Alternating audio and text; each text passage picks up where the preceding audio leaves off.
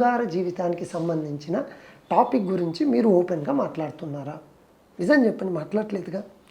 ఒకవేళ మాట్లాడాల్సి వస్తే మీరు ఎక్కడ ఇన్ఫీరియర్గా ఫీల్ అవుతారో అనేసి ఇదే ఉంది, అదేదో బాయ్స్ సినిమాలో మన డైరెక్టర్ శంకర్ గారు చూపెట్టినట్టు నలుగురు ఫ్రెండ్స్ వెళ్తారు, వాడికేమో భయం, చేస్తానో లేదో అని ఆందోళన, చేస్తే ఏమవుతుందని భయంతో మంచం దుమ్ము లేపేసాను ఈ నైట్ అంతా నా దగ్గర. ఇది ఎంతమంది జీవితాల్లో లేదు మీరే చెప్పండి. మీరు ఎంతమంది ఫ్రెండ్స్ ఏమంటే నేను చెప్పే ప్రతి మాట నేను నా క్లినిక్లో ఫేస్ చేసి ఎక్స్పీరియన్స్ అయ్యాను. సార్ మేమంతా బ్యాచులర్ పార్టీని సింగపూర్ వెళ్ళాం సార్, మా ఫ్రెండ్స్ అంతా ఇట్లా అంటున్నారు, నాకేదో భయం అయింది సార్ సెక్స్ విషయంలో అని చాలామంది వస్తూ ఉంటారు. మీరు ఎంతమంది ఓపెన్గా ఈ టాపిక్ గురించి డిస్కస్ చేస్తున్నారు ఒక్కసారి ఆలోచించండి. ఎందుకు అంటే ఇది చెప్తే వీడికేం విషయం లేదేమో, ఎందుకు లేరా అని ప్రతి ఒక్కరము జస్ట్ ఆ మాటను దాటేయాలని చూస్తూ ఉంటాం. ఆ టాపిక్కే మీ సెక్షువల్ ఇష్యూస్.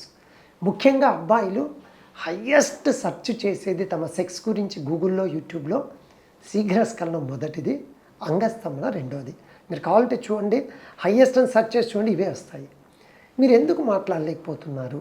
ఎందుకు తెలుసా అండి?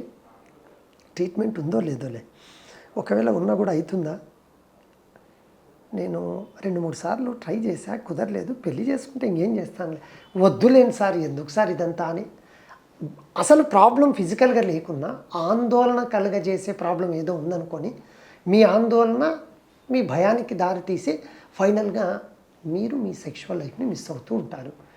నేను ఇందులో ఇచ్చేది ఏమంటే మోస్ట్ ఆఫ్ ది పీపుల్కి ఒక సైకలాజికల్ కాంపోనెంట్, తెలియని ఆందోళన భయమే ఎక్కువగా ఉంటుంది. సరే సార్ మీరు అట్లా అంటున్నారు సార్, నాకు నిజంగా భయం లేదు సార్, మరి ఎందుకు కానీ నేను చేయలేకపోతున్నా సార్.